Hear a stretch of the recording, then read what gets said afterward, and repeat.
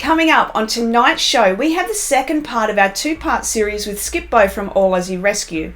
Now, he was involved in the devastating 2019-20 Australian bushfires, and he's going to talk to us a little bit about his experience with that. Right after SkipBo, we have the chat box. Now, in line with our wildlife theme, I've been talking to some of our Australian native animals. Last week, we had the Kangaroo Collective. Do you know who we've got this week? Stay where you are. We'll be back in just a moment and you will find out.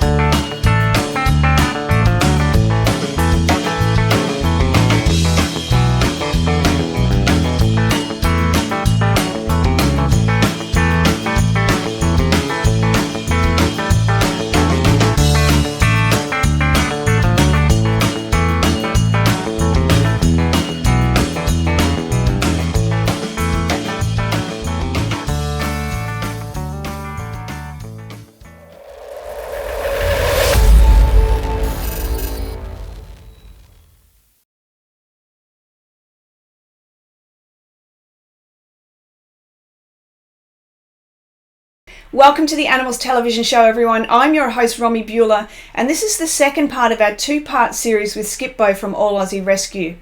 Now, SkipBo was involved in the Black Summer bushfires in Australia in 2019-20, and he's going to be sharing a little about his experiences there. He's also going to be talking to us about 1080 baiting and his new organisation called Scales of Wildlife that is soon to launch, teaching people about wildlife conservation. Right after SkipBo, we've got the chat box. Now, last week I spoke with the Kangaroo Collective. This week I'm going to be talking to the white cockatoo, also known as the sulphur-crested cockatoo. We're going to pick up right where we left off last week with SkipBo. Let's jump over there and follow on from then.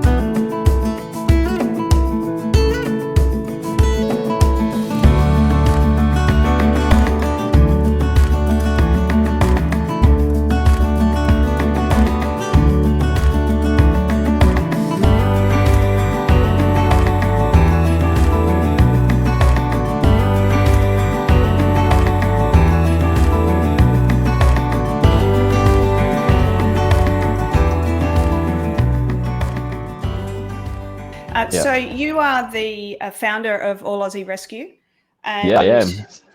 And the Scales of Wildlife, is that scales as in the scaly ones? What's that one all about? So Scales of Wildlife is something I'm still working on. It's almost to the point where it's being launched, and so the Scales of Wildlife is, if you look at the acronym, it's SOW. So we're sowing the seed for conservation. So we're looking at education. So my biggest thing is education. It's the kind of founder in everything we do. So for conservation, we're teaching people how to preserve the environment. how to work with the animals, how to live with the animals, how to look at noxious species. So the Scales of Wildlife is going to be, or is an organisation that's going to be going around and teaching and looking at wildlife conservation and wildlife education. And because I'm in remote areas, it's really good to get into some of these remote schools that miss out on this. So my aim is to go out and start teaching a lot with the remote schools and Indigenous communities with wildlife education and conservation. Fantastic. You could be very busy.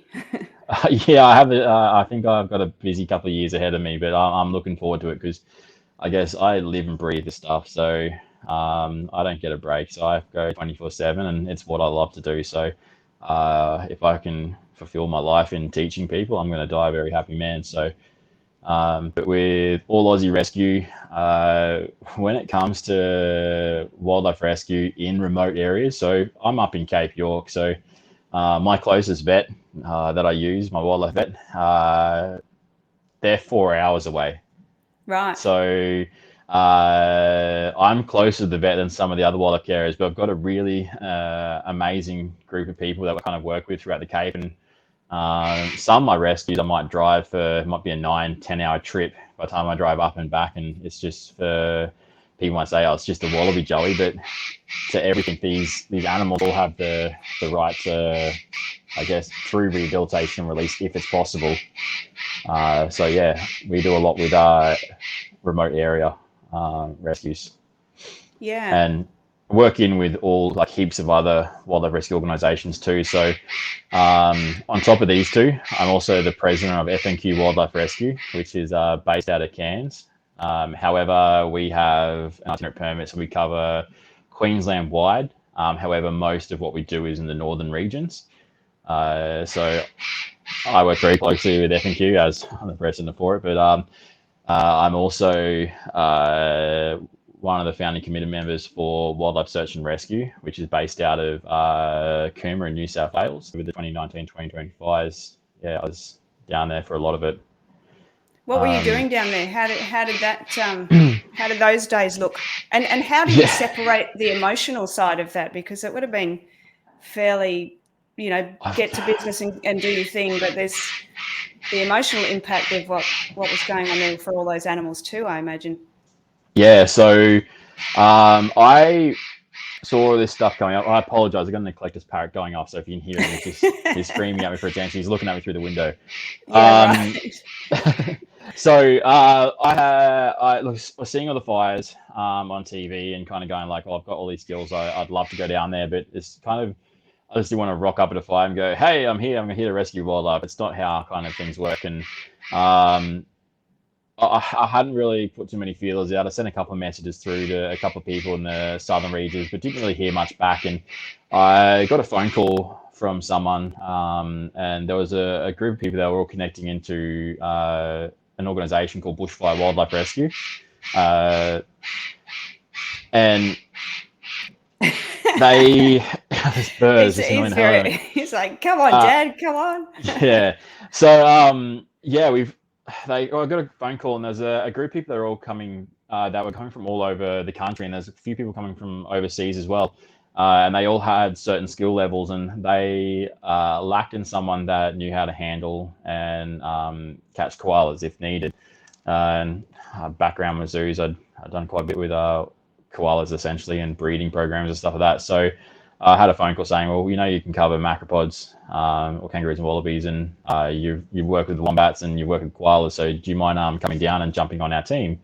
So I said yes, and I was like, well, I'm not just going to go stick with one. I'm going to help out and do as much as I can. So I'm coming down, and Jody from Bushfire Wildlife Rescue Support took me in, and she's like, well, we have all these carers, so like all these carers need help and they need supplies. So I had all these people donating stuff and giving us things. So I kind of just jumped in the car and I was driving around. So I'd head up through Victoria, and I'd drop all these supplies off, and I'd meet wildlife carers, and a lot of wildlife carers were getting so many animals in. And what I said to them was like, look, I can help out.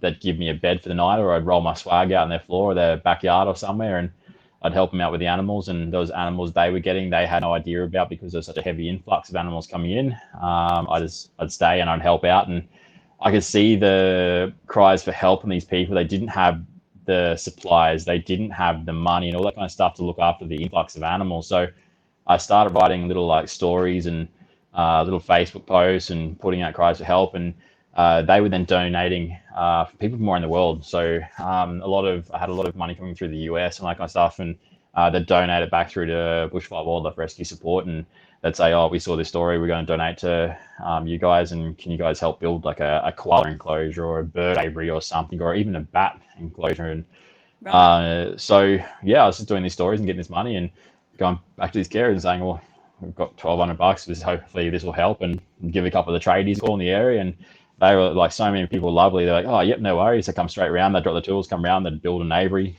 We'd buy the materials, or the hardware stores would donate materials. And so I just did that. I just rock shop around all these carers for a couple of weeks, and ended up going up through into New South Wales, and did a lot with a couple of stations and farms and stuff up there that had a lot of wildlife, and everything was completely utterly burnt out, and they just had all these kangaroos standing around and wombats just running around with no food. So we're trying to go around and although it's not ideal feeding wild animals, but there was no other option, as either see the starvation, go through and shoot everything, or do what we can to chuck some food out there. So we put food stations out. We're helping as much as we can. The amount of driving we do through the bush per day and trying to rescue stuff, and you'd see little Joey wombats just running around with like complete orphans. So we're catching the wombats and calling people in, and either trying to catch all the kangaroos and wallabies we can that were burnt, or the unfortunate some that we knew couldn't make it, even if they came into care for help and stuff. We knew there was no other way, and unfortunately some were euthanized, and a lot were, but we did rescue a lot as well. And at that point I was like, you know what, I've kind of had enough now. I've done what we can. I flew back home, and a couple of days later I had another phone call saying, "Can you come back?" So we ended up flying back, and I ended up joining in with a group of amazing vets, and we set up a triage unit in Cooma in New South Wales. And there was all these amazing people from RSPCA. There was all these veterinary organisations that were sending vets in, and vet nurses, and there was people from Wires that were coming in. There was other people from other wildlife rescue organisations. There was Leoco as well. So there's all these people coming in to help and trying to fix whatever we could. And there were so many kangaroos coming in, and I said, yeah, we saved a lot. We lost some, but it was kind of the idea of what was happening with the fires. But separating the emotion to what we're doing, this kind of it might sound a bit obscure, but this is how I kind of tell people. A lot of the areas I'd gone to, I'd never seen before. So I was being introduced to these areas of Black Death pretty much. It was just burnt out. It was just, everything was black, and there was just death. So I didn't know what these areas were like prior to the fire. So in my mind, I just keep telling myself this is what it's like. And so I could emotionally try and control myself to be able to manage day in, day out. And it wasn't until I was in one place just out of Holbrook near Wagga Wagga, and we had found an area where there was actually a kind of reserve where all these animals had fled to, and I wanted to go down and check out and try and put some more food down there. And we drove into this really, really, like, it was just burnt out forest. There's no green at all. And we found this little spot where it opened out to a green place.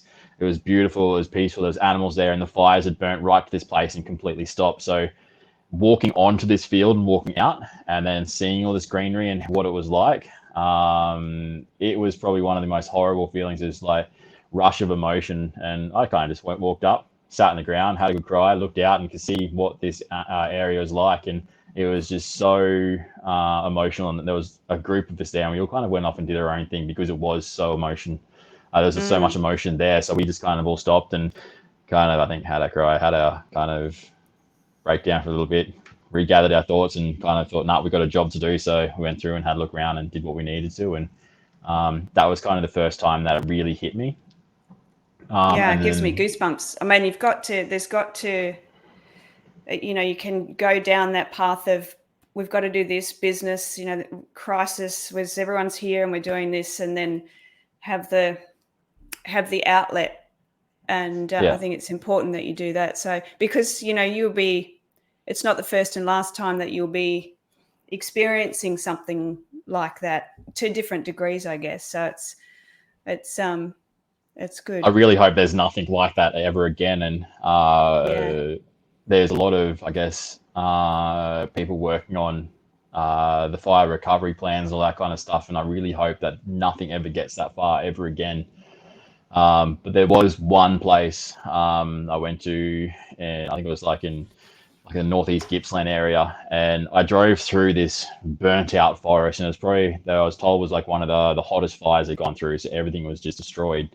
And I drove for hours through this bushland, um, and to me, I could tell it was really bad because one, I couldn't even find a single live insect. I Mm. didn't see a single animal, and it was just me out in this burnt out bushland with nothing. And for the hours I was out there, all I saw was one kookaburra fly overhead, and I saw a Highlands copperhead, and they're the only two animals I saw in hours and hours and hours of driving through this area. And to me, that went like, wow, that's gut wrenching to see that this Yeah. was such a beautiful area, to having nothing now. So I actually really, really want to go back down there and see how it's recovering. And I'm told by a couple of friends that are down there that it's getting better. For every day, there's more and more greenery. But yeah, I really want to go down and kind of see what it could have been like, not what I saw. Yes. Yes. Yeah. Devastating. And let's hope that it doesn't happen again. But it seems that globally there seems to be a bit going on with bushfires and whatnot these days, doesn't there? With the you have quite a connection with the Indigenous of Australia. What is their take on that you've seen or that yourself from your upbringing and your learnings on how to manage to actually not have the devastation from these bushfires? Are there things that we can do? Obviously, we don't want to go down a climate change and global warming conversation because that's probably a part of it. But are there things that we could be doing, to clear land or to get ready for these things?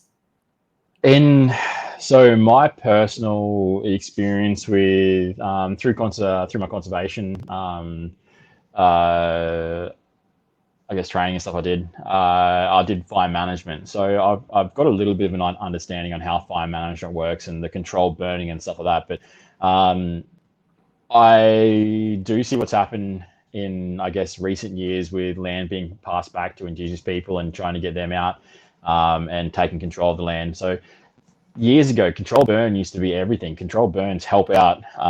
They help regenerate. They help lands pretty much grow. And when you have so much dead piling up on top of dead, you get a huge fuel load. So Yeah. doing like reduction burns, you get rid of all these fuel loads. Sometimes it can help with, I guess, the eradication of pest species and pest plant species. Sometimes it helps out, but in some of these areas where it hasn't had these reduction burns, it's just completely overgrown. There's some of the tree species that require being burnt every year for, I guess, new growth. They haven't got that. So um, my personal outlook on it is they need to be doing more reduction burns, but it needs to be planned properly. It's not just chuck a match out and go. And how you do it, you create fire corridors for animals to escape. So you're not just completely burning everything. You're looking at the Yeah. angles in which you're burning the ground on. So you're not just setting a light at the bottom of the hill and letting the whole hill burn up straight away, Mm. because they're just going to just destroy all the wildlife in the area, or it's just going to do a hot burn and burn straight through really quickly, and it's going to like scorch all the trees and stuff. So it's doing things properly, making sure everything's done how it should be.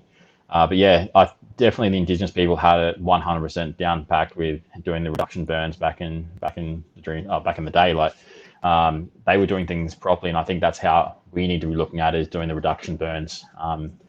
Where I live, we don't have a huge problem with bushfires like areas down south. But a lot of what happens up here is there's planned burns every single year in all the areas. And we don't have that risk of huge bushfires wiping out entire properties, farms, houses, all that kind of stuff, or threatening people's lives. So Yeah. definitely, I think the Indigenous people were smack bang on the money with doing that kind of stuff. One, for the Mm. environment, and two, for the land. Such a shame we kind of lose these ancient traditions, isn't it? I work with Indigenous people, and growing up in remote areas, it's you're living in and around community and stuff. So um, when we're looking at some of these animal species, and this is my kind of next project I'm looking at, is the reduction or the complete eradication of 1080 baiting. Um, What's that? eh, Just for the so uneducated? 1080. So 1080 baiting is the most horrible bait they use, and they distribute it out in hopes they're going to target pigs. Unfortunately, dingoes, which they classify them as like wild dog, and cats. And it's a bait they lace meat with this. I think it's called sodium fluoracetate. So it's a sodium or a salt that's produced from a tree. And Australia is one of the countries. There's 3 countries that have these 3 species. And it's a salt that's produced by this tree, and they synthesize it to make a chemical. And when these animals eat it, they die the most agonizing and Oh, painful deaths out. It is probably one of the most horrible things about being a wildlife carer when you do get 1080 poisonings in. Um, this is where I fight, and you can't argue with stupid, but sometimes you mm, try. These people are just saying no. Australian wildlife have a complete resistance to it because it's a natural chemical that's produced in Australia, and our animals are tolerant to it. It's the biggest load of rubbish, because I see animals all the time that when 1080 baiting goes out, you have these animals that are baited. Although they might have a small resilience to the chemical, unlike domestic animals, it still kills them and causes the most horrific and painful death. Um, so, mm. which Is I'm this trying to. Australia-wide, or is this just Northern Uh, Australia? no, it's Australia wide, and there's many other countries around the world that utilize it too. I think it was the Right. 1970s the US banned the chemical to stop it being spread out, because they realized how horrific it was. Like, you can be poisoned by it by just touching it with your fingers, and then you Right. take on the toxin. But for like some of the animals, say for mice, it causes growth retardation. It causes depletion of sperm counts. It causes birth defects, and that's just from getting either the residue, or getting a small amount of the chemical, uh, or prolonged exposure to the chemical. Um, in sheep, it can cause like heart attacks and stuff in sheep. I know they're not domestic, but it's still what can affect the animals. Mm. And then all your dingoes and wild dog and that kind of stuff, it's horrific. But any animal that's omnivorous, if they use meat, any animal will do it. I saw some footage of a goanna or a lace monitor dying painfully from it. And Mm. once they consume it, there's no saving it. It's a death road. So you have to Yeah. either put it down, shoot it, or get rid of it, like put it out of its misery, because it's a painful, slow death. Yeah. There needs to be more conversation and a change in the way that humans see themselves as being more of than the rest of the planet. We've lost this interconnection, that we are all one, we're all together. And, drives me nuts, I have to say. And especially where they're targeting, my biggest gripe with it too is they're targeting dingoes. Mm, And if you have a look at Australia, we don't have large carnivores that can kind of keep other species at bay. So our biggest carnivore we have on land pretty much is the dingo. So yeah. dingoes are out there, and they can control pig populations. They can control feral cat populations. Um, and in looking at some of the areas where they have, say, one of the indigenous clans I kind of work with, some of them is the Orkla mob, and they're kind of up in Cape York, and their totem is one of their totems is the golden shouldered parrot. Right. It's this beautiful parrot that lives in termites mounds, and they hollow it out and they live in a termites mound. Um, but they fall victim hugely to feral cats. So when you're going Mm, through and you're wiping out the yeah. dingoes, and unfortunately the dingo is their totem as well. So wiping the dingo out allows the cats to Yeah. go and become even more feral. So you've got this balance. You can't be upsetting anything. You've got to really look Mm, at the holistic picture of what can we do if we wipe out one thing. What's going to happen to the other species? yes. It's not an easy job, but it's not something that's just throw a bait out and she'll be right. So you've got Yes. to do it properly. Yeah. Absolutely. And SkipBo, you're the man. Keep pushing your barrow, my friend. You and all your clones that you'll I get wish out I there had 100 of them. Yeah, yeah. So One should be have looking you after seen that any? bird outside. Yeah, yeah, that's true. Yeah, but he's pretty cute. He sounds cute. What have you seen that's changed over your lifetime up where you are? Has there been much change in environment or Ah, animals or? look, I usually see bits of change every year. So this year, I've got there's another herpetologist that lives up around this area, and we go out a lot. In fact, I think my other half and his other half don't really like it that we spend so much time out driving around and wasting petrol looking at animals. But uh, we've seen an increase in some of the snake species this year, which is like amazing. Wow. Although some people might not like it, but death adders, it's amazing to see how many death adders we've actually seen this year. Where in other years you might go years and years without seeing one, but I think nearly every time we went out, we were able to find a death adder to photograph. And the blackheadeds out here, I think they've had a really good year, a couple of really good years of breeding, because they were a hell of a lot more common to see this year, which is really good. But I actually feel there's a big decline in macropods. The eastern grey kangaroo up here, I feel, is declining. I don't have any scientific evidence to back that claim up, but in my personal experience and what they used to be like to now, I think it's declining. And unfortunately, I think also the agile wallaby. Most farmers hate them because they used to be in huge numbers. Now I think they're a lot more scarce. But yeah, I think there's some species that are declining and some are improving. But without a full scientific backup and evidence, it's kind of hard to really say what has changed and what hasn't. It's just kind Of course. what I've seen that I think has. Now, before we finish off, you mentioned before that you had been in the US and you were working with animals up there, and wolves, I think, was something that you were working with at some point. Is that correct? Yeah, I had the most amazing experience. It was short-lived, but it was one of the most amazing experience while I was over there. My partner's American, so we were over there for a small period of time because of visas and stuff. I wasn't allowed to work, so I was just volunteering in any kind of park that I guess would accept me. This crazy Australian guy coming in saying, "Hey, can I come work with these animals?" And look, some of them were awesome. They let me straight in. But I had, the most amazing experience. The park was called Wolf itself in Colorado.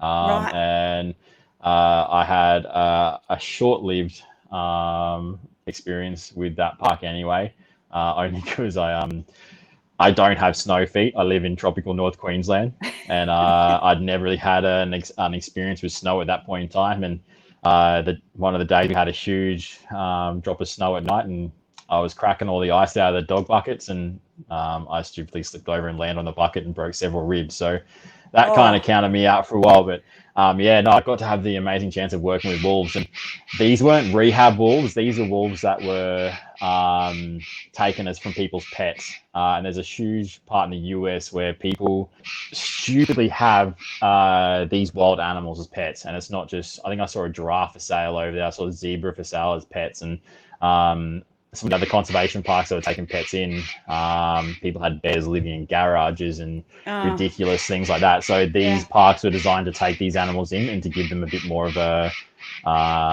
wild life, even though it wasn't released back in the wild because they were born in captivity, but they were given a better life. And this is the park that I was volunteering at. Right. SkipBo, thank you so much. It's been fantastic. Don't go anywhere, everybody. We're going to be back in the chat box in just a moment.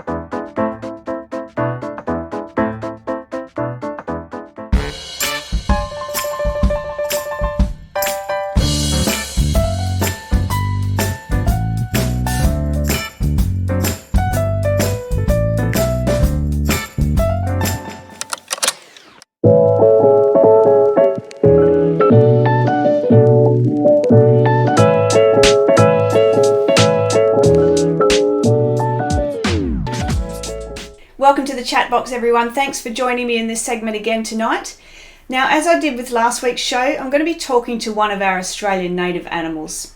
There are a lot of these chaps around. They're pretty noisy, a lot noisy, and they're often seen as a pest. Tonight, I'm chatting with the sulphur-crested cockatoo. Now, if you missed last week, I was chatting with the Kangaroo Collective, so when you get a chance, go back and watch that one. While they were talking more about their threats and how they're faring physically, the white cockatoo is not the slightest bit interested in that conversation. For those of you just jumping on into the show for the first time tonight, I just want to do a little recap on what interspecies or animal communication actually is. And I'll start by reminding everyone that this is not an unusual way of communicating. You don't need to be gifted. It's not a special talent. We are all wired to communicate this way.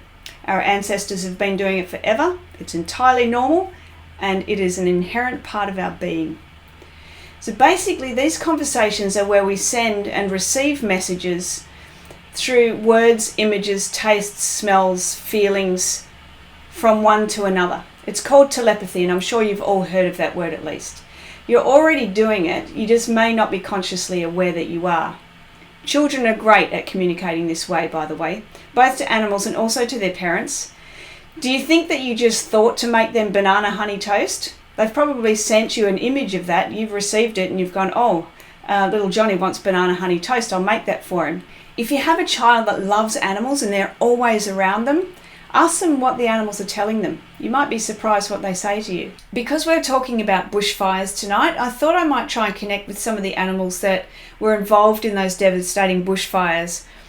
But because I am very empathic and I feel everything that an animal can feel, I don't really want to go down that path. I actually remember last July, I think it was, that I sat to do this as well, just to have a conversation with the kangaroos and koalas, but I wasn't ready for it then, and I would feel their mental anguish and their emotional pain and their physical pain as they get injured or burnt, and I'm not too sure that I really want to go there. So maybe one day I might check in with them and just get their perspective on it. But tonight I'm not going to do that. I just sat again and I invited in whichever Australian native animal wanted to come and join me, to come in for a chat. And it is the white cockatoo, or the sulphur-crested cockatoo. They are not the slightest bit interested in humans. They could care less about us, which is kind of good in a way, because they're very present. They feel very practical and very unconcerned about anything. They're just whatever's happening today, in this moment, in the now, that's what they're dealing with. And that's not us, is it? Because we spend a lot of time in the past and we spend a lot of time in the future. We're not very good at being present. Last week I spoke about, or I just mentioned that animals are our greatest teachers, and I think this is a little bit of what tonight is all about. For those of you that missed last week, I spoke to the Kangaroo Collective, and they were very interested to talk to us about their main threats, which were man and poisons, and they wanted to talk about how they were faring physically. Well, the cockatoo is not interested in talking about that. So we're on a little bit of a different tangent with the cockatoos tonight. The first thing they wanted to share with me was what it felt like to fly. And it's very hard to describe, but if you can imagine feeling what it's like for an animal to do something, in this case, spread the wings and soar and glide through the sky, that's what I'm sort of being shown, how that feels for them. It is exhilarating. I feel exhilarated. I feel strong. My wings are strong. I feel coolness on the side of my face and in my feathers. And it really just feels quite amazing. And there's this silence. It's a little bit like when you're on an aeroplane and your ears haven't popped yet, and there's sort of a muted sound of everything everything sounds far away. It's that kind of muted silence, but in a nice way. The next thing that they wanted to share with me was how they land on a branch. Now, I wasn't really expecting this, but it was pretty cool. If you can imagine two magnets coming together, when you put the two sides together that lock in, and it's really strong, and you have to put a bit of effort into pulling it apart. I feel the bird's legs go warm and their claws go warm, and then they're honing in and they lock onto this branch and they are locked on. And when they take off, their legs go cool and their feet release, or their claws release, and they take off. That was really interesting. I liked that. You'll notice that I say he a lot. Hear that however you want to. This spokesbird has a very masculine energy, so I just feel inclined to say he, but they, whatever. This bird is talking on behalf of the sulphur-crested cockatoo species. And like I mentioned before, they are very disinterested in humans and all our problems and what's going on with us. And I got a sense that they didn't even really want to talk too much. But when he started, he didn't stop talking, which is no surprise really because they're birds, and these ones are noisy little chatterboxes. So he says to me that we are not a consideration to them, that they put all of their energy into living. They believe we need to lose our sense of self-importance, something that we hear a lot, I think, so no surprises there. He also says they don't want to be kept as pets in cages. They're birds, not toys. They want full flight freedom. The 3 Fs, full flight freedom. I liked that. They're wild and they want to stay wild. They think we're grouchy and we need to lighten up. That's probably very true. And they don't care that we think they're noisy. That's their voice, and we need to learn more tolerance. And I think this is where they're trying to be a teacher for us, because many of us struggle with sounds, particularly high screechy ones like theirs, and they're happy to be our teachers. They also know when to amp it up, so when we need to learn more tolerance, they will get noisier, which is kind of annoying, isn't it? But that's the whole point. We need to stop trying to control everything, including nature. He's talking about how the sounds of nature are natural and that they've been created to be heard and for healing, and that we should be more irritated at the man-made sounds and not the natural ones. And the solution is not to shoot or poison them, but to ask yourself the question, why are you so intolerant about fill in the blank there, but in this case, why are you so intolerant of noise? How can you learn to live with irritation and things not going your way? They're happy to teach us that, although they think we're slow learners and we're not really getting the picture.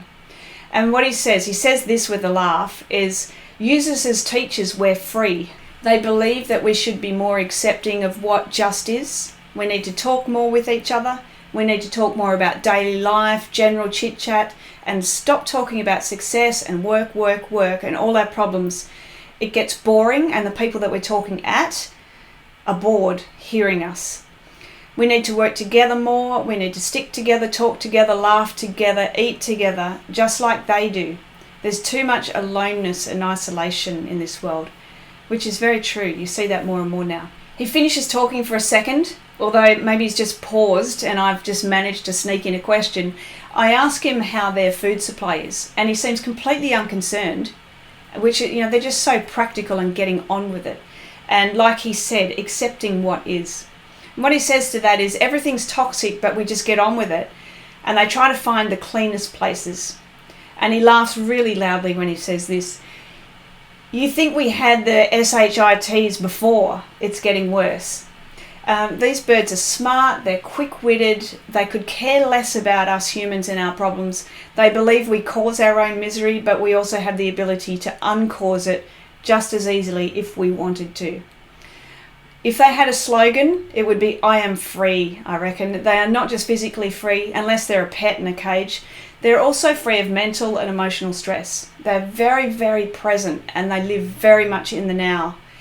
We should take so much from that. Some really relevant messages there, I think. Now that's the end of another show, everyone. Thanks again for joining me. Don't forget, follow the pages. We're everywhere. Instagram, Facebook, the website, and subscribe to the YouTube channel. There's a little bell. You can tap the bell. When you do that, you get notified of what's coming up and who's on the show. Thank you again for watching. I'm Romy Bueller. I will see you back here next week.